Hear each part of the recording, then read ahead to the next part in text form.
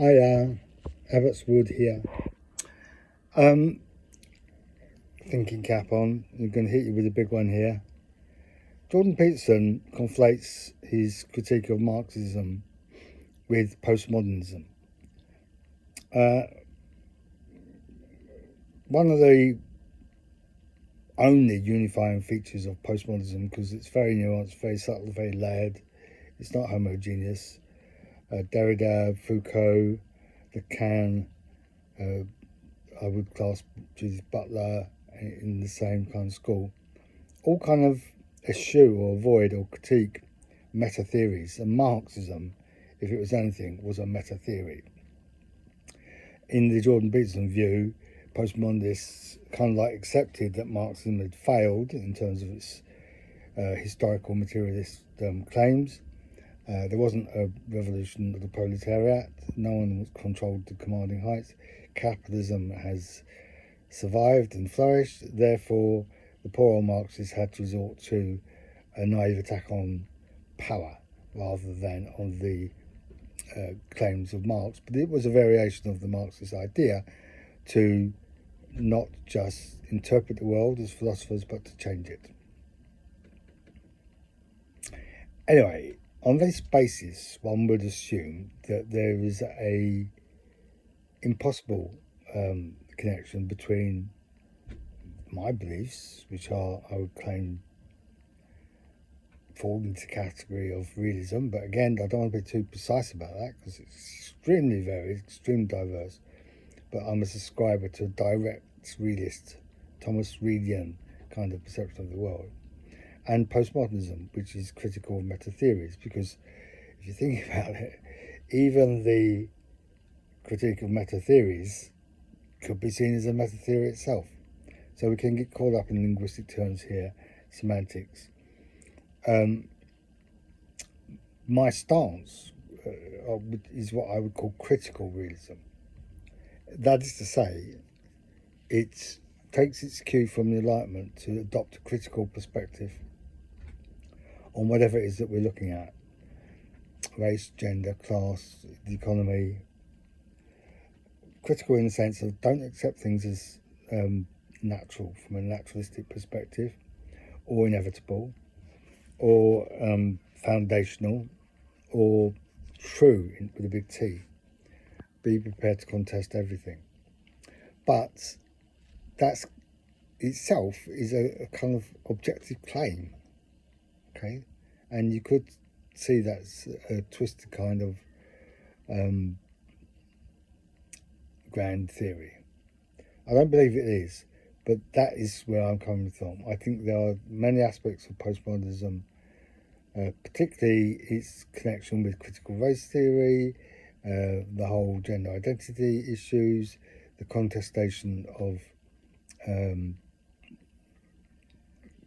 current hierarchies and cultures.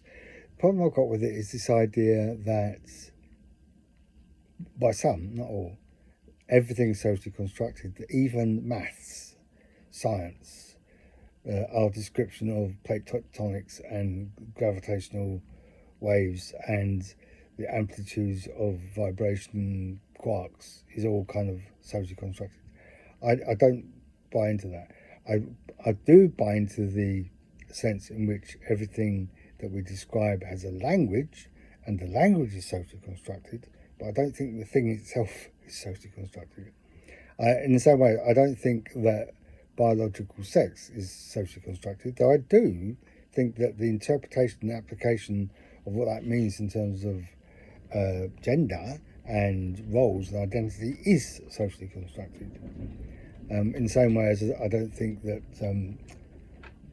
seeing black as a colour of a different part of our species being is descriptive fact. It doesn't connote anything in terms of intelligibility, equality, and all that kind of stuff. So anyway, I'm setting out my stall because I've just been listening to Judith Butler and to her critique of Simone de Beauvoir.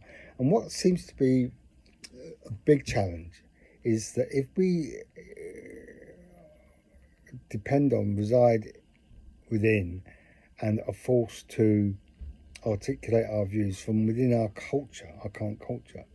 How is it possible to develop an approach that doesn't kind of like reinforce the hierarchies of power and knowledge that we're all swimming? It's like it appears insuperable, except for this one saving grace, in my view. I think it's the view of many that you can't get out of it. That, if you like, patriarchy has conditioned the terms of all debates, and so you can't have a debate without not just changing the access to the top table, but dismantling the table and starting again. I think personally, I think that is needed, but I don't think the reason for that is the same as I'm talking about, because I do think that within, and we've seen this in the what's called the Arab Spring, and we see it all the time in moments of massive social upheaval. Cultures change, societies change, and the other critique I would have of this position about if you're inside the pond, you have to get wet, is that not everyone is. What we describe as the culture that might be the conditions that lend itself to social construction of reality isn't universal. There are parts of the world even yet which are not enculturated, as it were. You might say that the predominant culture that's currently underpinned by a capitalist mode of production is pervasive, but it isn't everywhere, and it's not the same in different parts of the world, and the dynamics within cultures are very different depending on where you sit.